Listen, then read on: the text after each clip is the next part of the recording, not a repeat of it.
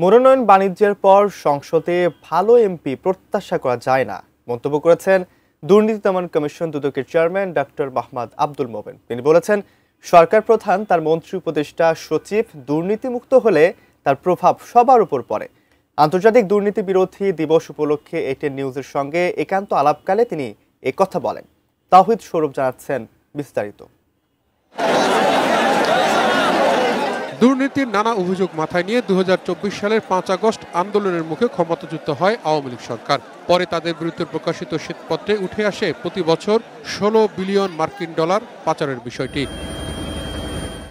এরই মধ্যে দুর্নীতির মামলায় সাজা হয়েছে ক্ষমতাচ্যুত প্রধানমন্ত্রী শেখ হাসিনা, তার বোন শেখ রেহানা, বোনের মেয়ে ব্রিটিশ এমপি টিউলিপ সিদ্দিকের। দুর্নীতির মামলা হয়েছে আওয়ামী লীগ সরকারের শতাধিক মন্ত্রী, প্রতিমন্ত্রী আর এমপির বিরুদ্ধে। এমন বাস্তবতায় পালিত হবে আন্তর্জাতিক দুর্নীতি বিরোধী দিবস। আরএফএল অডিটর, বাঁকা হয় না, ফাঁকা হয় না, আর ভাঙা এক কথায় অসম্ভব।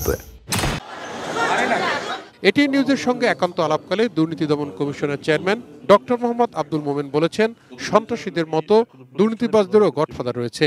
সরকারের যিনি প্রধান, তিনি যদি দুর্নীতিমুক্ত হন, তার কিছু প্রভাব কি পড়বে না?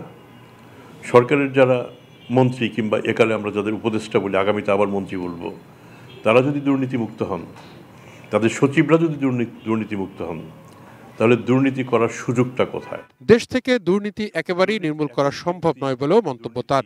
দুর্নীতি কমার প্রথম সূত্র হচ্ছে লিডারশিপ হতে হবে দুর্নীতিমুক্ত, এবং সেটা এই আগামীতে নির্বাচন, এই নির্বাচনে যারা নির্বাচিত হবেন, এই কথাটা আমি আবারও একটু বলি, এমপি সাহেব যারা হন, দুর্নীতির অভিযোগ মূলত তাদের বিরুদ্ধেই বেশি আসে। তো তাদের কাজ হচ্ছে সংসদে, তারা যদি উন্নয়নের অর্থ নিয়ে টানাটানি শুরু করেন বেশি, তাহলে দুর্নীতির অভিযোগ তাদের বিরুদ্ধেই বেশি আসবে। আগামী সংসদ নির্বাচনে সৎ মানুষকে ভোট দেওয়ার আহ্বান দুদক চেয়ারম্যান ডক্টর আব্দুল মোমেনের। অধ্যাপক ইউনূস মনে করেন যে বাংলাদেশের দুর্নীতি নিরসন খুব কঠিন কাজ না। তাওহিদ সৌরভ, এটিএন নিউজ, ঢাকা।